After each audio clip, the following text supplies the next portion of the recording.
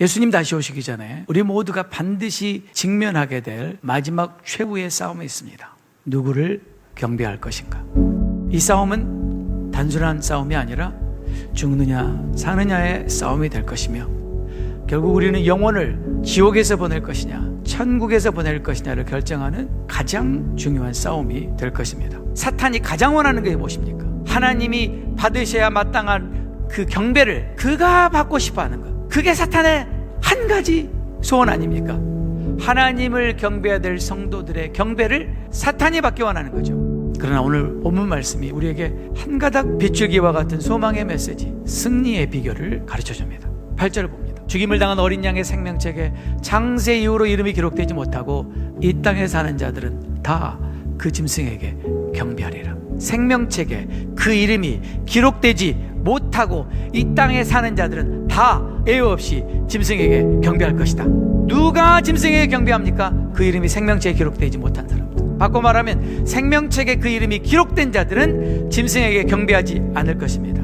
생명책에 그 이름이 기록된 자 누굽니까? 진짜 거듭난 진짜 하나님의 자녀들은 그 짐승에게 경배하지 않을 것입니다. 진짜이기 때문입니다. 무슨 뜻입니까? 이때 진짜와 가짜가 확연하게 드러나는 때입니다. 우리는요, 짐승의 표에 대해서 절대 연구할 필요 없습니다. 생명책에 기록되는 것만 확실하게 하십시오. 문제는 내 이름이 생명책에 기록되어 있는가가 중요한 거지. 내가 짐승의 표를 연구해서 그게 베리침이냐 아니면 다른 거냐, 지금 어디까지 와 있느냐, 그 시간에 더 말씀 보고 더 기도하고 더 주님의 뜻을 순종하는 자들이 되십시오. 아무리 내가 예수님을 오래 믿었어도, 아무리 내가 성경을 많이 알아도, 아무리 내가 교회를 열심히 다녔어도 내 이름이 생명책에 기록되지 못했다면 이 순간 나는 짐승 앞에 꿇어엎드려 경배할 수밖에 없을 것입니다. 계시록 20장 15절에 보면 누구든지 생명책에 기록되지 못한 자는 불못에 던지오더라. 마지막 때 승리하기 원하는 저요 여러분에게 가장 중요한 것이 무엇입니까? 내 이름이 생명책에 기록되었는 거죠. 빌보 4장 3절에 또 참으로 나와 멍에를 같이 한 내게 구하는 복음에 나와 함께 힘쓰던 저 여인들을 돕고 또한 글레멘드와 그 외 나의 동역자들을 도우라. 그 이름들이 생명책에 있느니라. 사도 바울은 생명책에 이름이 기록된 걸 알았습니다. 어떻게 알았을까요? 우리 주님이 가르쳐 주시지 않았을까요? 제 이름이 생명책에 기록되는 걸 아는 것을 주님이 가르쳐 주셨습니다. 그게 바로 회개하고 죄의 삶을 얻었을 때 이 세상 그 무엇과도 비교할 수 없는 그 기쁨, 그 기쁨을 맛본 사람, 자신의 이름이 생명책에 기록된 것을 분명히 알 수 있습니다. 누가 말하지 않아도 본인이 알 수 있습니다. 그게 바로 거듭남의 사건이죠. 거듭나야 합니다. 그래야 그 이름이 생명책에 기록되는 것입니다. 우리의 이름이 생명책에 기록되는 것, 그거 너무 중요한데, 그러나 또 한 가지 중요한 것은 우리의 이름이 생명책에서 지워질 수 있다는 사실입니다. 출애굽기 32장 그러나 이제 그들의 죄를 용서해 주옵소서. 그렇지 아니하시오면 원하건대 주께서 기록하신 책 생명책에서 내 이름을 지워버려 주옵소서. 여호와께서 모세에게 이르시되 누구든지 내게 범죄하면 내가 내 책에서 생명책에서 그를 지워버릴 것이다. 시편 69편 28절에 보니까 그들을 생명책에서 지우사 의인들과 함께 기록되지 말게 하소서. 생명책에서 지우려면 생명책에 먼저 기록되어 있어야 되겠죠. 생명책 이름이 기록되어 있는 걸 전제로 하는 것입니다. 그들을 생명책에서 지워버리소서. 그들이 의인들과 함께 기록되지 못하게 하소서. 그런데 생명책에서 지워버린다고 하는 말씀은 충격적인 말씀이지만 또한 소망의 말씀이 있습니다. 그것은 생명책에서 절대 지우지 않을 것이라는 약속의 말씀도 있죠. 그게 바로 계시록 3장 5절입니다. 이기는 자는 이와 같이 흰옷을 입을 것이요 내가 그 이름을 생명책에서 결코 지우지 아니할 것이다. 무슨 말입니까? 성경에는 우리 이름이 생명책에 기록되었을지라도 지워버릴 수 있다는 것을 말씀하고 있고, 동시에 예수님이 절대로 지우지 않겠다는 약속의 말씀도 있습니다. 아멘. 사도행전 2장 38절 볼까요? 베드로가 이르되 너희가 회개하여 각각 예수 그리스도의 이름으로 세례를 받고 죄사함을 받으라. 그리하면 성령을 선물로 받을 것이다. 아멘. 사도행전 3장 19절 그러므로 너희가 회개하고 돌이켜 너희 죄 없음을 받으라. 죄사함을 받으라. 그리하면 새롭게 되는 날이 기쁨의 날이 주 앞으로부터 이를 것이다. 아멘. 바로 이와 같은 거듭남의 사건이 있어야 우리의 이름이 생명책에 기록되는 것입니다. 거듭나지 않은 사람은 절대로 생명책에 그 이름이 없습니다. 그렇다면 어떻게 우리의 이름이 생명책에서 결코 지워지지 않을 것인가? 우리 계시록 3장 1절부터 5절 말씀에 나오죠. 사대 교회의 사자에게 편지하라. 하나님의 일곱 영과 일곱 뼈를 가지신 이가 이르시되 내가 내 행위를 아노니 내가 살았다는 이름은 가졌으나 죽은 자로다. 너는 일깨어 그 남은 바 죽게 된 것을 굳건하게 하라. 내 하나님 앞에 내 행위에 온전한 것을 찾지 못하였느니 그러므로 내가 어떻게 받았으며 어떻게 들었는지 생각하고 지켜 회개하라. 만일 일깨지 아니하면 만일 깨어나지 않으면 내가 도둑같이 이르리니 어느 때에 내게 이르는지 내가 알지 못하리라. 그러나 사대에 그 옷을 더럽히지 아니한 자 몇 명이 너에게 있어 흰옷을 입고 나와 함께 다니리니 그들은 합당한 자인 영고라. 이기는 자는 이와 같이 흰옷을 입을 것이요 내가 그 이름을 생명책에서 결코 지우지 아니하고 그 이름을 내 아버지 앞과 그의 천사들 앞에서 시인하리라. 여기 보니까 이기는 자는 흰옷을 입게 될 것이고 흰옷을 입은 자는 예수님이 절대로 생명책에서 그 이름을 지우지 않을 것이다. 아멘. 그러므로 이기는 자는 흰옷을 입을 자요 그 이름이 생명책에서 결코 지우지 않을 자입니다. 아멘. 근데 여기서 이기는다는 말은 환난과 핍박과 고통과 시험과 시련 가운데서 굴하지 않고 극복해낸다는 뜻이죠. 사대교회에서는 이기는 자가 누구입니까를 알아야 되겠죠. 그러려면 사대교회의 문제가 뭔지를 알아야 됩니다. 1절 내가 내 행위를 아노니 내가 살았다는 이름은 가졌으나 죽은 자다. 살았다는 이름 가졌다는 말은 소문이 났다는 거예요. 살아있는 교회, 삶이 있는 교회, 행위가 있는 교회, 열심히 뭔가 하는 교회로 너희들이 알려져 있지만 내 눈은 못 속인다. 내가 볼 때 너희는 죽은 자다 라고 말한 거죠. 왜입니까? 2절 볼까요? 너는 일깨어 깨어났어. 그 남은 바 죽게 되는 것을 굳건하게 하라. 내 하나님 앞에 내 행위 온전한 것을 찾지 못하였다.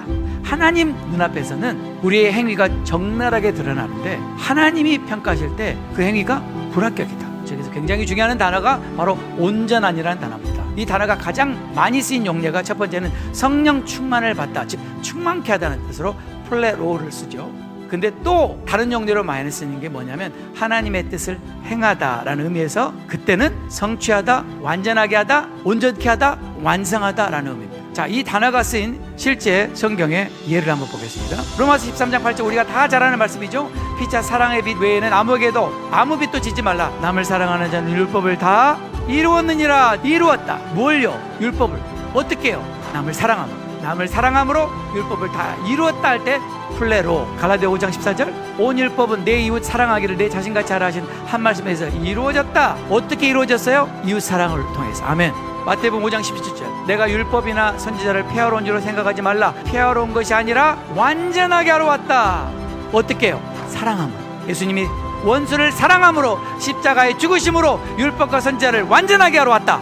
로마서 13장 10절도 마찬가지입니다. 사랑은 이웃에게 악을 행하지 아니하나니 그러므로 사랑은 율법의 완성. 저것도 플레로의 명상이 플레로마. 행위가 아무리 많을지라도 사랑이 없으면 그 동기가 사랑에서 나오는 것이 아니면 하나님 보실 때 온전한 것이 아닙니다. 불합격입니다. 그렇다면 이기는 자는 누구입니까? 하나님 보시기에 행위를 온전하게 하는 자예요. 곧 하나님을 사랑하고 이웃을 사랑하는 것이죠. 그리고 그 사랑에서 우러나는 행함, 그것이 바로 하나님이 인정하시는 온전함입니다. 바로 이 사람이 이기는 자예요. 누가 이기는 자입니까? 사랑하는 자가 이기는 자예요. 누가 이기는 자입니까? 용서하는 자가 이기는 자예요. 우리는 이기는 자가 되어야 합니다.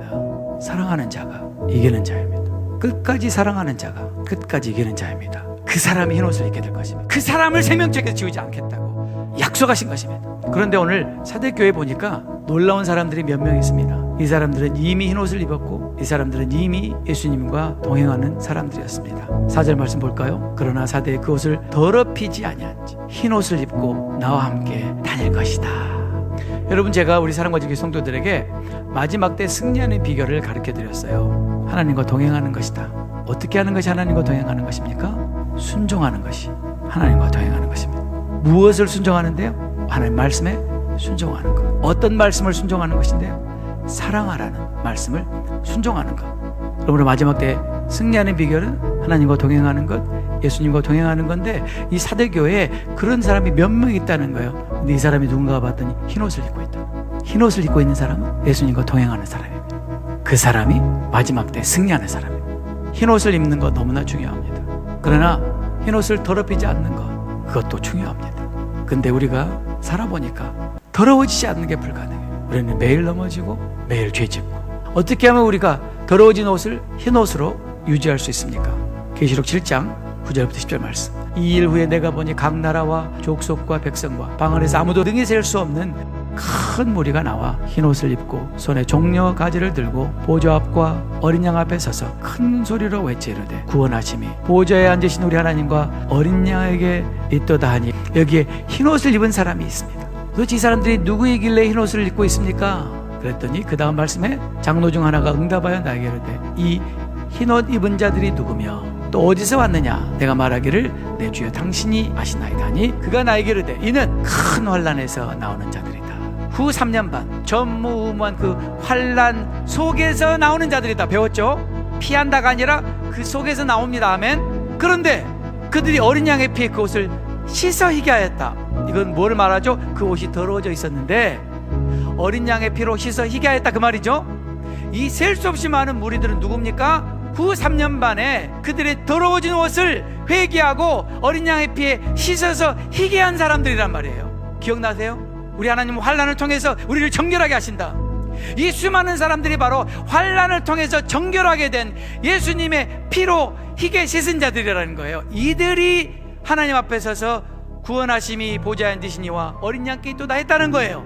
가장 중요한 것은 지금 나는 흰옷을 입고 있는가? 지금 내 옷이 더러워져 있는가? 지금 내 옷이 어린 양의 피로 씻어 희게 되었는가? 이것이 제일 중요한 질문입니다. 우리는 마지막 때 마지막 순간에 가장 중요한 것, 반드시 점검해야 될 것, 내가 흰옷 입고 있는가? 내 옷이 더러워져 있는가? 이것을 점검하는 것입니다. 우리는 날마다 우리 옷을 어린 양의 피에 씻지 않으면 우리 옷은 반드시 더러워집니다. 우리가 날마다 회개하지 않으면 우리는 소망이 없습니다. 끊임없이 죄를 지을 수밖에 없는 우리의 연약함을 우리는 다 알고 있습니다. 그렇기 때문에 우리는 매일 우리의 옷을 희게 씻어야 합니다. 매일 회개하는 수밖에 다른 방법이 없습니다. 마지막 때 승리하는 비결은 매일 회개하는 것입니다. 마지막 때 승리하는 비결은 매일 예수님의 보혈로 우리 옷을 희게 하는 것입니다. 이것이 마지막 때 승리하는 비결입니다. 누가 끝까지 흰옷을 입고 주님 앞에 설 것인가? 누가 끝까지 승리하는 자가 될 것인가? 끝까지 회개하는 자입니다. 끝까지 자기 옷을 희게 하는 자입니다. 정말 저와 여러분이 마지막 때를 살고 있다, 그렇게 동의하신다, 우리는 매일 흰옷을 입고 있어야 합니다. 그러려면 우리는 작은 죄라도, 사소한 죄라도 절대로 그냥 넘어가면 안 되는 거죠. 왜요? 이 작은 죄가 점점 자라기 때문이죠. 죄는 반드시 자라는 속성을 가지고 있죠. 그 작은 죄일 때 우리는 즉시 하나님 앞에 회개하고 씻어버리고 떨쳐버릴 때 우리는 계속해서 흰옷을 입고 있게 될 것입니다. 결론입니다. 마지막 때 어떻게 승리할 수 있습니까? 날마다 회개하는 수밖에 없습니다. 날마다 내 옷이 더러워졌는지 점검할 수밖에 없습니다. 마지막 순간까지 단 하나의 죄도 남기지 않고 회개하고 흰옷 입고 주님 앞에 서는 것, 이것이 마지막 때 승리하는 비결입니다.